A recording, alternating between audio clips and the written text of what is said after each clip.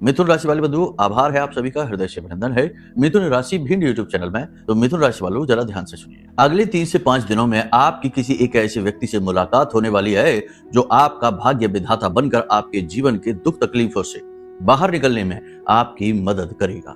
कह सकते हैं कि ईश्वर का सच्चा हाथ बनकर वह इंसान आपके जीवन में आएगा।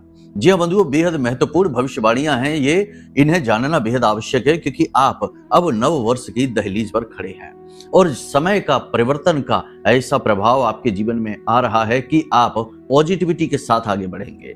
अगर आप चीजों को अच्छे तरीके से समझते हैं, जो हम आपको बताने जा रहे हैं उन बातों की गंभीरता को समझते हैं, ग्रह गोचरों को समझते हैं, साथ ही साथ देवी देवताओं की कृपा और आशीर्वाद किस प्रकार से जीवन में कार्य करती है इसे भी समझ लेते हैं, तो 100% आप अपनी इस समय की परेशानी मुसीबतों से छुटकारा प्राप्त करेंगे। साथ ही साथ बेहद ही शानदार, बहुत ही अच्छे अनुभव भी हासिल करेंगे आने वाले समय और काल में।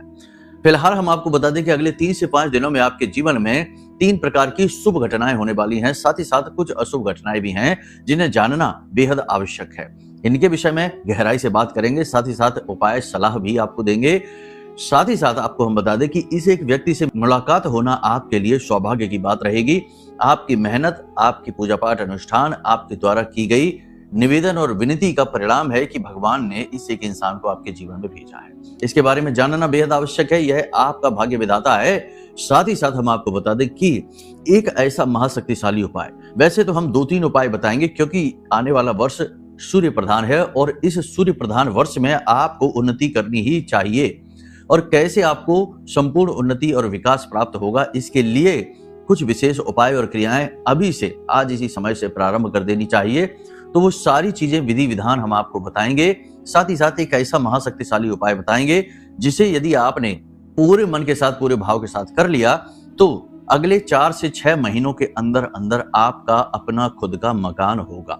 जी हाँ, ज्योतिष में इस उपाय को अमोघ उपाय कहा जाता है क्योंकि यह उपाय कभी भी निष्फल हुआ ही नहीं है और इसे लोग पेड कंसल्टेंसी में बताते हैं, यानी कि जो पैसे देता है उसी को बताते हैं। लेकिन हम इस उपाय को नव वर्ष के उपहार के तौर पर आपको देने जा रहे हैं। इस उपाय को ध्यान से समझ लेना। अगले वर्ष में आपका खुद का मकान होगा। दूसरा कि यदि आप मकान बनवा रहे हैं और उसमें बार बार अड़चने, व्याधियां, परेशानियां आ रही हैं, रुकावटें आ जाती हैं, बन नहीं पा रहा है, तो वो रुकावटें दूर हो जाएंगी। तीसरा कि यदि आपने जमीन खरीद रखी है, मकान बनवाने का जुगाड़ नहीं हो पा रहा है, तो वो स्थितियां भी पॉजिटिव हो जाएंगी, मकान बनना प्रारंभ हो जाएगा। कहने का मतलब यह है कि खुद के मकान का सुख आपको प्राप्त हो जाएगा, चाहे आपकी जन्म पत्री में मंगल की स्थिति कैसी भी हो, शनि की स्थिति कैसी भी हो, गुरु की स्थिति, शुक्र की स्थिति कैसी भी हो। इन ग्रहों के प्रभाव से ही जातक मकान का सुख हासिल करता है। कुंडली का चौथा भाव चाहे कैसा भी हो, हर एक स्थिति के पार निकल जाएगा यह एक उपाय। तो इसे भी जानना बेहद आवश्यक है, बड़ा चमत्कारी उपाय है, ठीक है। और जब याद रखना कि मकान का सुख प्राप्त होगा तो इसके साथ कई अन्य सुख भी आते हैं। याद रखना कि अच्छा समय या सुख अकेला नहीं आता, जिस प्रकार बुरा समय भी अकेला नहीं आता। जब आएगा तो पूरा परिवार लेकर आएगा, कई तरह से परेशानियां आएंगी, वैसे ही अच्छा समय भी आएगा तो अपने पूरे परिकर के साथ ही आएगा और तरह तरह से आपको लाभ पहुंचाएगा। तो ये उपाय बेहद चमत्कारी है। इस नए वर्ष के प्रारंभिक दौर में, यानी अभी तो शुरू नहीं हुआ लेकिन शुरू होने वाला है, इस समय और काल में आपको इस उपाय को कर लेना बेहद आवश्यक है। तो उम्मीद करते हैं सारी बात आप समझ रहे हैं। सबसे पहले आपको बताएंगे भविष्यवाणियां, फिर बताएंगे इसी के इंसान के बारे में, फिर बताएंगे कुछ जरूरी बेहद शक्तिशाली उपाय जो आपके पैसे के फ्लो को बनाएंगे, नेगेटिविटी को हटाएंगे। साथ ही साथ बताएंगे यह महाशक्तिशाली उपाय जो 100% आपका खुद का मकान आपको ला कर देगा। यहाँ पर कुतर्क नहीं करना कि पैसे ही नहीं है मकान कैसे बनेगा, या तमाम तरीके की उल्टी सीधी बातें अपने मन में लेकर नहीं आना। कुतर्क से कुछ नहीं होता है। जब भगवान देने पर आते हैं तो चाहे कैसी भी स्थिति हो, किसी भी हाल में आपको देते ही देते हैं, और उनके देने का विधि विधान क्या है ये तो वही जाने, ठीक है। कहने का मतलब यह है कि कर्म आप करिए, उपाय क्रियाएं करिए, मेहनत करिए, फिर ऊपर वाला निश्चित तौर पर फलित होगा यदि सब कुछ ठीक है तो कुतर्क करने वाले कुतर्क करते रह जाएंगे और जो विश्वास करेंगे वो आगे बढ़ जाएंगे। यही इस नव वर्ष का सबसे बड़ा मंत्र कह सकते हैं, क्योंकि यहाँ पर जो विश्वास रखेगा, जो आस रखेगा, जो उम्मीद रखेगा और जो निष्कपट होकर मेहनत करेगा वह सफल होगा। सूर्य का वर्ष है, किसी के साथ अन्याय नहीं होगा। तो चलिए बंधु, उम्मीद करते हैं सारी बात आप समझ रहे हैं। अब महामाई को याद करते हैं, जैसा कि हमारा रिवाज परंपरा है। बिना महामाई को याद किए तो हम एक पल भी आगे नहीं बढ़ा सकते, एक कदम भी आगे नहीं बढ़ा सकते हैं। तो चलिए महामाई को याद करते हुए कमेंट बॉक्स में पूरे भक्ति भाव के साथ लिख डालिए, जय मां भद्रकाली कृपा करो। महामाई के प्रति यदि मन में भाव और गहरा है तो यह भी लिख देना कि मैं भी माई के परिवार का हिस्सा हूं। एक और विशेष बात हम आपको बता देते हैं कि नव वर्ष का आगाज होगा 9 देवियों के साथ। 19 तारीख को गुप्त नवरात्रि प्रारंभ हो रही है और महाशक्तिशाली बहुत ही भव्य अनुष्ठान करेंगे। दिन रात तपेंगे, माला लेकर बैठे रहेंगे और हवन अनुष्ठान करेंगे बहुत ही शक्ति के साथ, केवल अपने लिए नहीं, संसार के सभी जीवों के लिए। और जो इसमें भाग लेगा उसकी खुशहाली, उसकी सकारात्मकता के लिए। तो आपको यदि इसमें भाग लेना है तो नंबर वीडियो में है, पहले से ही अपनी बुकिंग करा लो, कहीं इतनी भीड़ ना बढ़ जाए कि आप कहीं उसमें खो जाएं। जो पहले आएगा उसी को सबसे पहले विशेष भाग लेने का अवसर भी प्राप्त होगा। तो वैसे तो समय बहुत है, लेकिन आप चाहें तो सहायकों से बात कर सकते हैं, सारी जानकारी प्राप्त कर सकते हैं। चलिए अब अपने मूल विषय को शुरू करते हैं। बात करते हैं भविष्यवाणी और ग्रह गोचरों के बारे में। जय माई की। बंधुओं, ज्योतिष और तंत्र विद्या के क्षेत्र में आचार्य अमित एक जाना माना नाम है। पूज्य गुरुदेव के साधनाओं और ज्योतिष विद्या के अनुभव बेहद दिव्य है। जी हाँ, पूज्य गुरुदेव ने जिसकी भी कुंडली का विश्लेषण किया और कुंडली के अनुसार उसे सटीक उपाय व महामाई माँ बगलामुखी की विशेष कृपा दी, उसके जीवन में सकारात्मक बदलाव तो आ ही है। फिर चाहे समस्या कितनी ही कठिन क्यों ना हो, समाधान तो अवश्य हुआ है। अब ऐसे में यदि आप भी अपने जीवन की किसी बड़ी समस्या से जूझ रहे हैं, जैसे कि कर्जा बढ़ता ही जा रहा है, काम धंधा और व्यापार सब रुक चुका है, रिश्ते नातों में तनाव हद से ज्यादा बढ़ गया है, पूरा जीवन ही नकारात्मकताओं से भर गया है, तो ऐसे में यही सही समय है जब आप श्रेष्ठ गुरु से मार्गदर्शन प्राप्त करें और जीवन के अंधकार को समाप्त कर दिव्य प्रकाश की ओर कदम बढ़ाएं। वीडियो में दिए गए नंबरों पर तुरंत संपर्क करिए और अपनी कुंडली का विश्लेषण व समाधान पूज्य गुरुदेव के द्वारा करवा लीजिए। देर ना करें, आपके देवी देवताओं के आशीर्वाद से ये मौका खुद चलकर आपके पास आया है, इसे गंवाना नहीं है। अभी फोन करें और गुरुदेव से मार्गदर्शन प्राप्त करें। महामाई आपका कल्याण करें। धन्यवाद। देखो, इस समय और काल पर बहुत ही विचित्र और बहुत ही शुभ और कुछ अशुभ स्थितियां बन रही हैं, ध्यान से समझते जाइए। सबसे पहले बात करते हैं चंद्रमा की। चंद्रमा का गोचर हो रहा है वृश्चिक राशि में। वृश्चिक राशि में चंद्रमा का गोचर होना नीच का हो जाता है, चंद्रमा मारक हो जाता है, तो यानी कि ये मन से आपको कहीं ना कहीं कमजोर करेगा ही करेगा। इसी के साथ साथ हम आपको बता दें कि सूर्य और मंगल दोनों एक साथ अग्नि तत्व के कारक हैं, धनु राशि में बैठे हुए हैं, यानी कि ऊर्जा का प्रवाह तेज होगा, कार्य बनने लग जाएंगे।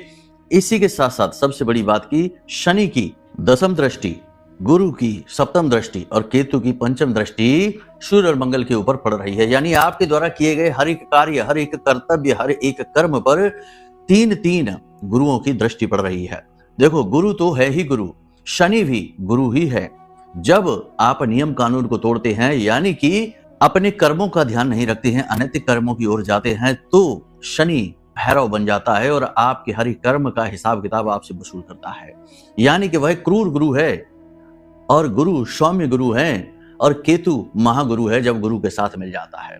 तो दृष्टिगत योग बन रहा है, बहुत ही शक्तिशाली योग बन रहा है। यहाँ पर आप जो भी कुछ करने वाले हैं अगले 3 से 5 दिनों में या 1 हफ्ते के लिए, वह आपके पूरे जीवन को प्रभावित करेगा। गलती की कोई गुंजाइश नहीं है, नकारात्मकता की कोई गुंजाइश नहीं है। हालांकि ये नकारात्मकता आएगी जरूर, कमजोर चंद्रमा की वजह से। कहने का मतलब यह है कि ये बेहद महत्वपूर्ण समय और काल है। अब क्या होगा, कैसे होगा, ध्यान से समझिए। आपकी आमदनी बढ़ेगी, पैसे का फ्लो बनेगा, अटका हुआ पैसा आपके जीवन में खिंचकर चला आएगा। कहीं से भी आए, कैसे भी आए, अगले 3 से 5 दिनों में आपके पास पैसा आएगा, यह गुरु की कृपा रहेगी। इसी के साथ साथ आप नई योजनाओं पर विशेष ध्यान देना शुरू करेंगे, अपनी आमदनी को बढ़ाने का प्रयास करेंगे, साइड इनकम आप जनरेट भी कर पाएंगे। याद रखना, जब बुध और शुक्र मिलते हैं तो मंगल बद हो जाता है। तो यहाँ पर आपका मुहवाद किसी के साथ हो सकता है। आप जोश में आकर किसी से जल्दी प्रभावित होकर किसी योजना की शुरुआत कर सकते हैं जहां आपको गहरी चोट लगेगी। याद रखना कि आप जो भी कार्य करें अगले 3 से 5 दिनों में, वैसे तो जीवन भर का यह मंत्र है, अगले 3 से 5 दिनों में लालच कहीं से भी मन में नहीं आना चाहिए। हर एक कार्य आप ईश्वर को समर्पित होकर करिए, चाहे किसी की मदद करें, चाहे अपना खुद का कार्य करें, चाहे किसी भी प्रकार का कार्य करें, उसे प्रभु की मर्जी मानकर ईश्वर को समर्पित करके ही करें। इससे आपके ऊपर कर्म के जो दोष होंगे, क्योंकि हर एक कर्म, चाहे आप कैसा ही कर्म करें, कहीं ना कहीं उसमें दोष भी होता ही है, दिया तले अंधेरा होता ही है। आप चाहे किसी को सच्चे मन से दान ही क्यों ना कर रहे हो, लेकिन कहीं ना कहीं मन में कुछ क्षण के लिए ही सही, लेकिन अहम का भाव आ ही जाता है कि हम कितना अच्छा कार्य कर रहे हैं, तो ये भी दोष उत्पन्न हो जाता है। कहने का मतलब यह है कि कोई भी दोष हो, कैसा भी दोष हो, अच्छा कर्म कितना ही हो उसमें भी आ ही जाता है।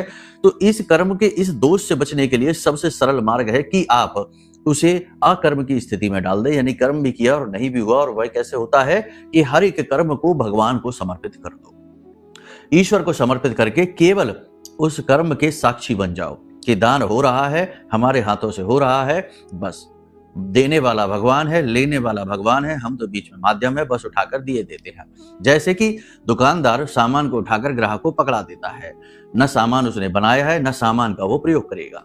ठीक है, बिल्कुल उसी प्रकार से मन में भाव लेकर रखेंगे, बहुत तरक्की करेंगे, बहुत उन्नति करेंगे और किसी भी प्रकार के दोष से बच जाएंगे। आप अपनी क्षमताओं को बढ़ाएंगे, अपनी बुद्धिमानी का, अपनी तर्क शक्ति का, अपनी योग्यताओं का पूरा प्रयोग करेंगे, नए संपर्क लोगों के साथ बनाएंगे और उन संपर्कों का भविष्य में आपको बड़ा लाभ प्राप्त होगा। नई पार्टनरशिप, नई योजनाओं पर आप कार्य करेंगे।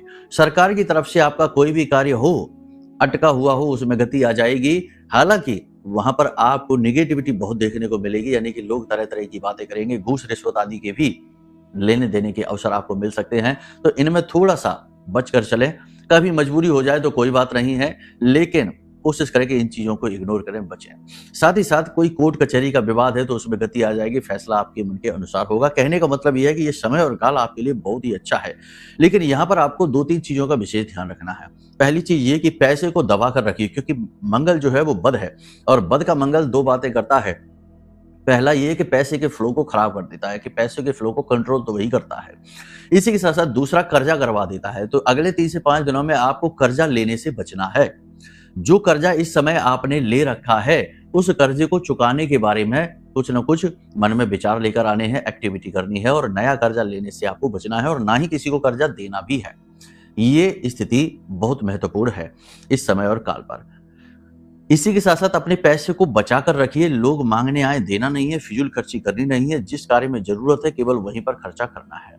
प्रॉपर्टी आदि के जो आपके एग्रीमेंट वगैरह है, उन्हें जरा सोच समझकर पढ़ें, सोच समझकर उन पर हस्ताक्षर, सिग्नेचर करें। आत्मविश्वास की बढ़ोतरी आपके मन में होगी, ऊर्जा की बढ़ोतरी होगी, सकारात्मक ऊर्जा का प्रवाह आपके मन में बढ़ेगा। लेकिन कहीं ना कहीं जीवन की धीमी गति और आपके अटकते हुए कार्य, यानी कि कार्यों में अटकना, रुकना, रुकावटें ये आएंगे। इसकी वजह से थोड़ा बहुत निराशा भी आपके मन में रहेगी। अपने रिश्तों से आप थोड़े से परेशान से दिखाई देंगे। जिनसे आप बहुत प्रेम कर रहे हैं वही आपकी बुराइयां करते दिखाई देंगे। जिनके लिए आप सब कुछ कर रहे हैं वही लोग आपकी अनदेखी करते दिखाई देंगे। और आपके अपने, जैसे आपकी संतान है या आपके छोटे भाई हैं, आपके अपने ही जिस प्रकार से अपने जीवन का दुरुपयोग कर रहे हैं, व्यसनों में डूब रहे हैं और समय को खराब कर रहे हैं, उस प्रकार से उनको जीते हुए देखने में आपको थोड़ा सा दुख हो सकता है, परेशानी हो सकती है, क्योंकि आपने अपने जीवन में सब कुछ अपनी मेहनत से हासिल किया है और मेहनत का क्या नतीजा होता है आप अच्छी तरह से जानते हैं। आपके मन में आध्यात्मिकता के भाव जागेंगे, आप भगवान के मंदिर जाएंगे, दर्शन करेंगे। हो सकता है किसी तीर्थ यात्रा पर भी आप चले जाएं। अचानक से यात्रा के योग भी बन रहे हैं, लेकिन यदि यात्रा आपकी कमर्शियल होगी, यानी काम धंधे से जुड़ी होगी, तो वह कष्टदायक होगी और उसके सफल होने की गुंजाइश बहुत कम है। मंदिरों में जाना आपके लिए बेहद आवश्यक है इस समय और काल पर, क्योंकि इससे मंगल भी आपका नियंत्रित रहेगा और शुक्र भी अच्छा हो जाएगा और गुरु की कृपा तो आपको प्राप्त होगी ही होगी। किसी विशेष प्रकार के पूजा पाठ अनुष्ठान में आप भाग ले सकते हैं, कोई धार्मिक कार्य आप कर सकते हैं और दान धर्म का कार्य भी आप करेंगे। गुपचुप तरीके से करना, इनमें दिखावेबाजी की कोई गुंजाइश नहीं होती है। लोग आपको कहीं ना कहीं नीचा दिखाने की कोशिश अवश्य करेंगे। आपके आसपास के लोग पॉलिटिक्स करेंगे, षड्यंत्र रचेंगे, आपके क्रेडिट को चोरी करने की कोशिश करेंगे, आपकी मेहनत को चोरी करने की कोशिश करेंगे। खास तौर से कार्यालय में, आपके कार्यस्थल पर यह स्थिति बनेगी। हालांकि आपके सहकर्मी आपको सहयोग खूब करेंगे, आपका साथ देते दिखाई देंगे, सब कुछ करेंगे, लेकिन पीठ के पीछे आपकी जड़ें काटने से भी बाज नहीं आएंगे। तो थोड़ा सा आपको इस मामले में सतर्क रहना होगा। अपनी भावनाएं, अपनी बातों को लोगों से यूं ही शेयर न करना। उच्च अधिकारियों के साथ किसी भी प्रकार की बहस नहीं करना है, उनकी हाँ में हाँ मिलाना है। सही गलत का फैसला बाद में करना, पहले अपने मान सम्मान को आपको बचाना है। याद रखना कि यहाँ आपके मन में थोड़ा बहुत ईगो का भाव उत्पन्न हो सकता है। यानी कि अहम का भाव उत्पन्न हो सकता है, क्योंकि अग्नि तत्व का प्रभाव बहुत अधिक है और ऐसे में मंगल बद है, तो ये आपको ऐसा दिखा सकता है कि आप इतने अच्छे इंसान हैं। याद रखना कि अहंकार भी 3 तरीके का होता है। एक तो सात्विक अहंकार होता है जो अच्छे कार्यों को करने से आ जाता है कि भाई हम तो बहुत पूजा करते हैं, हम तो बहुत दान करते हैं, हम तो बहुत लोगों की मदद करते हैं, सेवा करते हैं। हमने कई बार ऐसा देखा है लोगों को कि वो अपनी ही सीखी, अपनी ही बड़ाई अपने मुंह से मारते रहते हैं। अच्छे कार्यों की लिस्ट बनाकर बैठे रहते हैं। हम तो ऐसे दान कर देते हैं, उसने हमसे मांगा तो हमने अपनी अंगूठी उतार कर दे दी, हमने तो घड़ी भी दे दी, हम तो पैसे देते रहते हैं, हम तो बहुत दान करते हैं। 100 रुपए कोई मांगे तो हम तो 500 रुपए दे देते हैं। इस प्रकार से लोग अपने मुंह से ही, तो ये क्या है? ये भी तो अहंकार का ही स्वरूप है, सात्विक अहंकार है, यानी कि अच्छे कार्यों का भी अहंकार हो गया।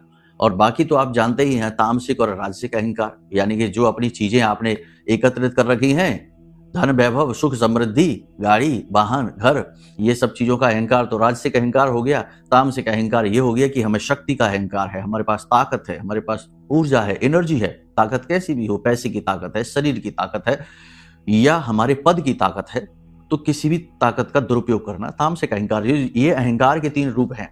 तो इस समय और काल पर आपके अंदर अहंकार का भाव अवश्य ही जागेगा और इस अहंकार को आपको दबाना होगा, वरना आपका 100% शनि खराब हो जाएगा और सूर्य तो खराब होगा ही होगा, जो आपके आने वाले पूरे वर्ष पर बुरा प्रभाव डालेगा। यानी कुछ गलतियां आप ऐसे में कर जाएंगे जिनकी कीमत आपको लंबे समय तक चुकानी पड़ेगी।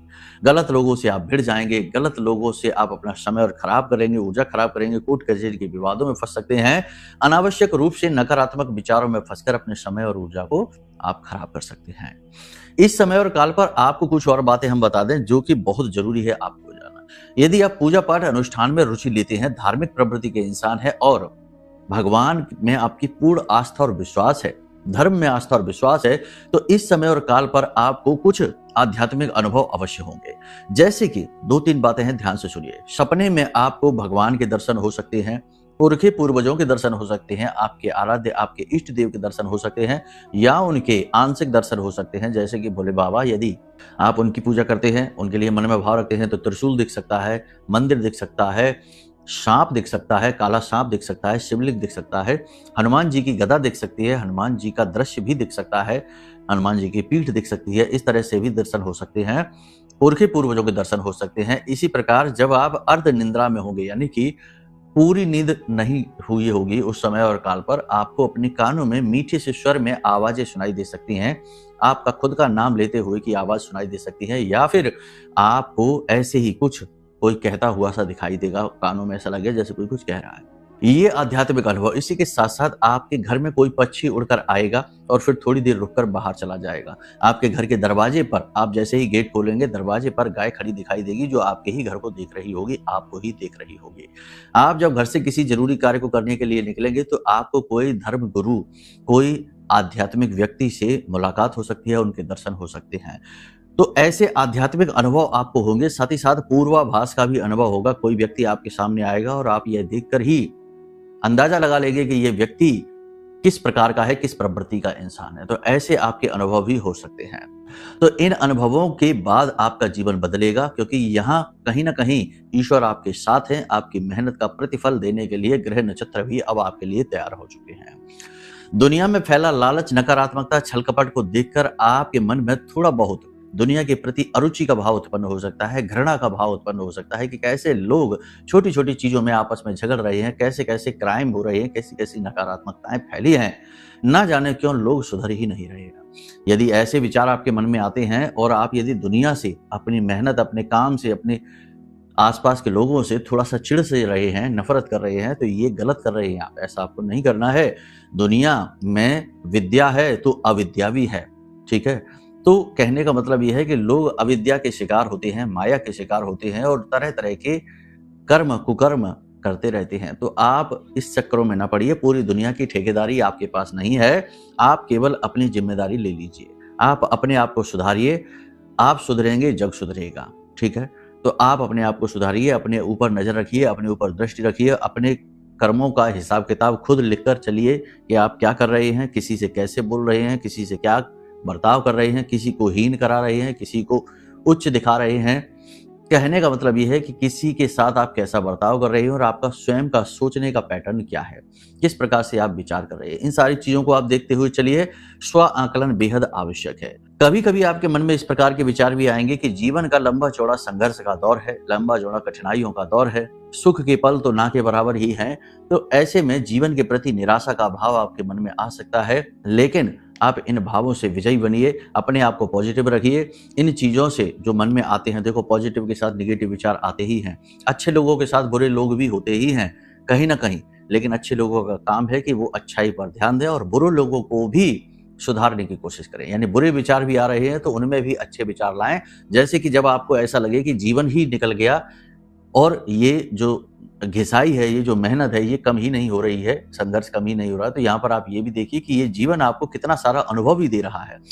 लोगों की परख हो रही है, सच और झूठ का पता चल रहा है, आप अनुभवी हो रही हैं, ज्ञान की ओर अग्रसर हो रही हैं। जितना ज्यादा अनुभव उतना ज्यादा ज्ञान, यानी आपकी आध्यात्मिक उन्नति की प्रक्रिया लगातार चलती चली जा रही है। तो ये चीज इस प्रकार से आप सोच सकते हैं।